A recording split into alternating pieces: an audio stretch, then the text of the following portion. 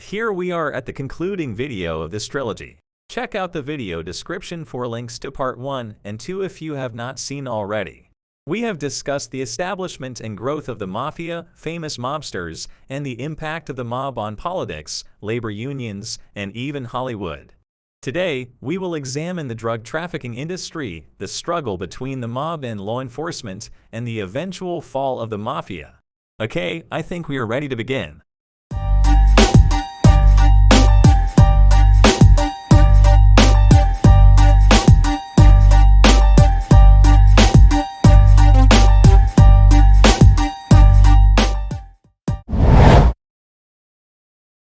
The American Mafia's involvement in drug trafficking has been a major source of income for the organization since the 1950s.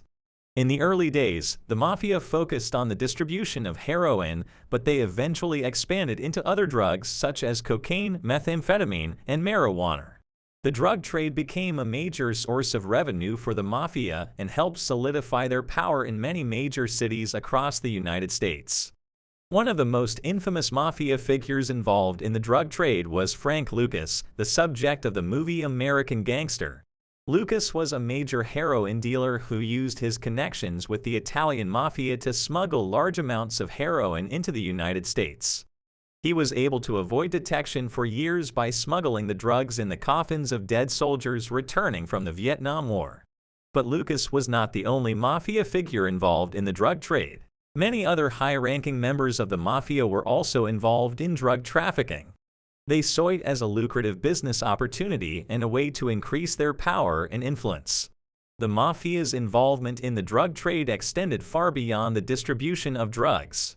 They used their connections in law enforcement, the judicial system, and the banking industry to protect their drug trafficking operations and to launder their profits. They also used violence and intimidation to protect their drug territories and to eliminate rival drug dealers. The mafia's control of the drug trade had a devastating impact on many communities, particularly in urban areas. The influx of drugs into these communities led to a rise in addiction, crime, and violence. The mafia's control of the drug trade also led to a corrupting influence in law enforcement and the judicial system, making it difficult to prosecute those involved in the drug trade. In the 1970s and 1980s, the federal government began to crack down on the mafia's involvement in the drug trade. They created new laws such as the Racketeer Influenced and Corrupt Organizations Act, short RICO, to target mafia figures involved in drug trafficking.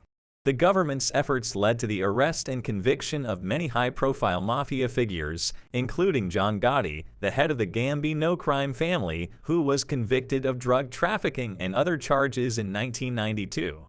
Despite the government's efforts to curb the mafia's involvement in the drug trade, organized crime remains involved in the drug trade today. The rise of new drugs such as fentanyl and the continued demand for drugs in the United States ensures that the drug trade will continue to be a source of income for organized crime groups. The story of the mafia's involvement in the drug trade serves as a cautionary tale of the dangers of organized crime and its ability to infiltrate and corrupt any industry or community. It is a reminder of the importance of continued efforts to combat organized crime and to protect our communities from their deadly influence. Furthermore, the mafia's involvement in the drug trade had significant geopolitical consequences. During the Cold War, the mafia became a key player in the global drug trade, helping to finance and supply anti-communist groups in countries such as Afghanistan and Nicaragua. This allowed the mafia to gain significant influence in the international drug trade, further increasing their power and influence.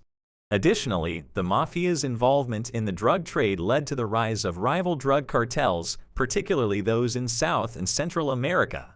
The mafia's connections in the United States allowed them to control the distribution of drugs in many American cities, but they were unable to control the production of drugs in other countries. This led to the rise of powerful drug cartels in countries such as Colombia and Mexico, which now control a significant portion of the global drug trade. In conclusion, the mafia's involvement in the drug trade had far-reaching consequences that are still felt today. It not only led to the corruption of law enforcement and the judicial system, But it also caused immense harm to communities and contributed to the rise of powerful drug cartels in other countries. The fight against the mafia's involvement in the drug trade continues to this day. Law enforcement agencies around the world work tirelessly to disrupt and dismantle organized crime groups involved in drug trafficking. The development of new technologies and the sharing of intelligence between agencies have led to many successful operations against these groups. While progress has been made, the fight against organized crime and drug trafficking is far from over. The mafia and other organized crime groups continue to adapt and evolve, using new technologies and methods to evade law enforcement. The battle against these groups is a long and ongoing one, but it is a battle that must be fought to protect our communities and ensure a safer future for all. The Italian-American Mafia has had a long and complicated relationship with law enforcement. On one hand, the mob has been involved in corrupting and bribing law enforcement officials, while on the other hand, law enforcement agencies have made significant efforts to bring down the mob and prosecute its members.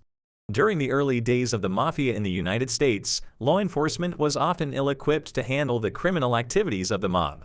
Police departments were underfunded and understaffed, and many officers lacked the specialized training and resources needed to take on organized crime.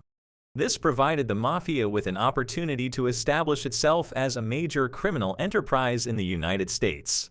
The mob was able to operate with relative impunity, as law enforcement agencies lacked the resources and knowledge to effectively combat them. However, in the 1950s, the tide began to turn against the mafia. The FBI and other law enforcement agencies began to take a more aggressive approach to combat organized crime.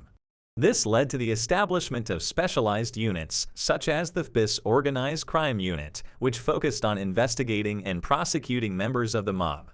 The FBIS efforts paid off, as they were able to successfully prosecute many high-ranking members of the mafia, including John Gotti and his associates in the Gambino crime family.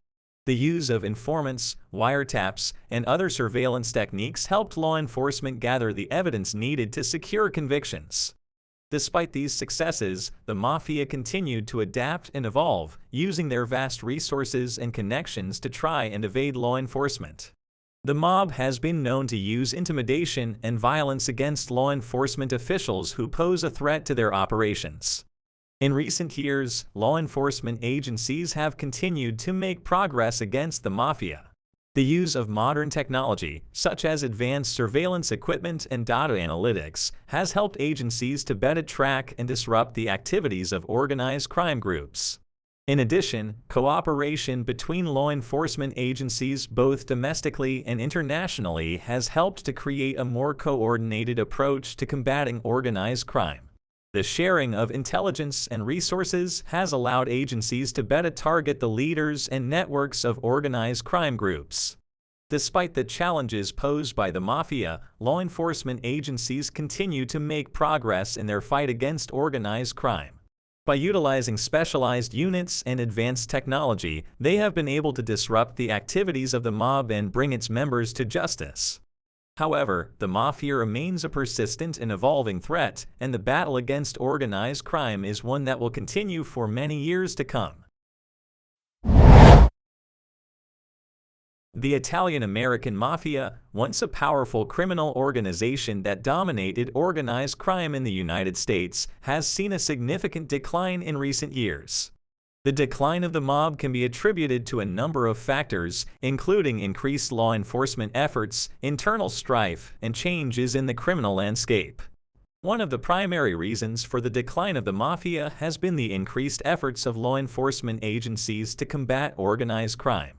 In recent years, the FBI and other agencies have utilized advanced technology, such as wiretaps and other surveillance techniques, to gather evidence against members of the mob.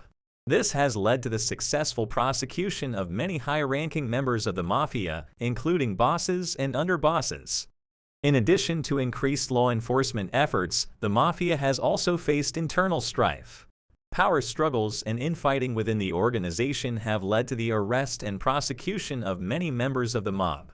This has weakened the organization and made it more difficult for the mafia to conduct its criminal activities. Another factor contributing to the decline of the mafia has been changes in the criminal landscape.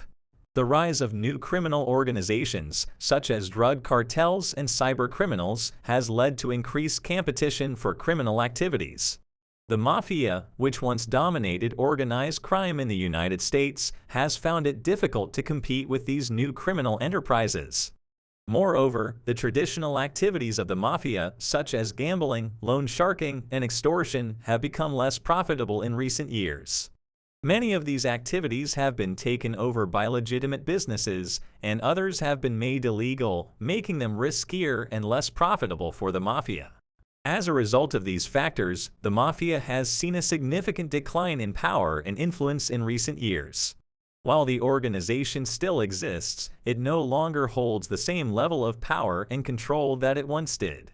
Many of the major figures in the mafia have either been killed, imprisoned, or have gone into hiding, making it more difficult for the organization to conduct its criminal activities.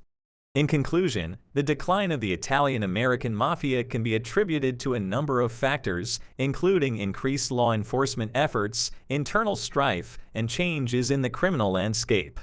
While the mafia still exists, it is no longer the powerful criminal organization that it once was. The decline of the mafia is a testament to the effectiveness of law enforcement efforts and the ability of criminal organizations to adapt to changing circumstances. The Italian mob in America has left an indelible mark on history with its violent conflicts, illicit activities, and infiltration of society. However, the decline of the mafia in recent years highlights the effectiveness of law enforcement efforts. The legacy of the Italian mob serves as a warning of the dangers of organized crime and the importance of vigilance and justice to prevent its influence on society. This concludes the video series, and I thank you for watching. If you found it entertaining, I would appreciate it if you subscribed to my channel and gave this video a thumbs up. Bye.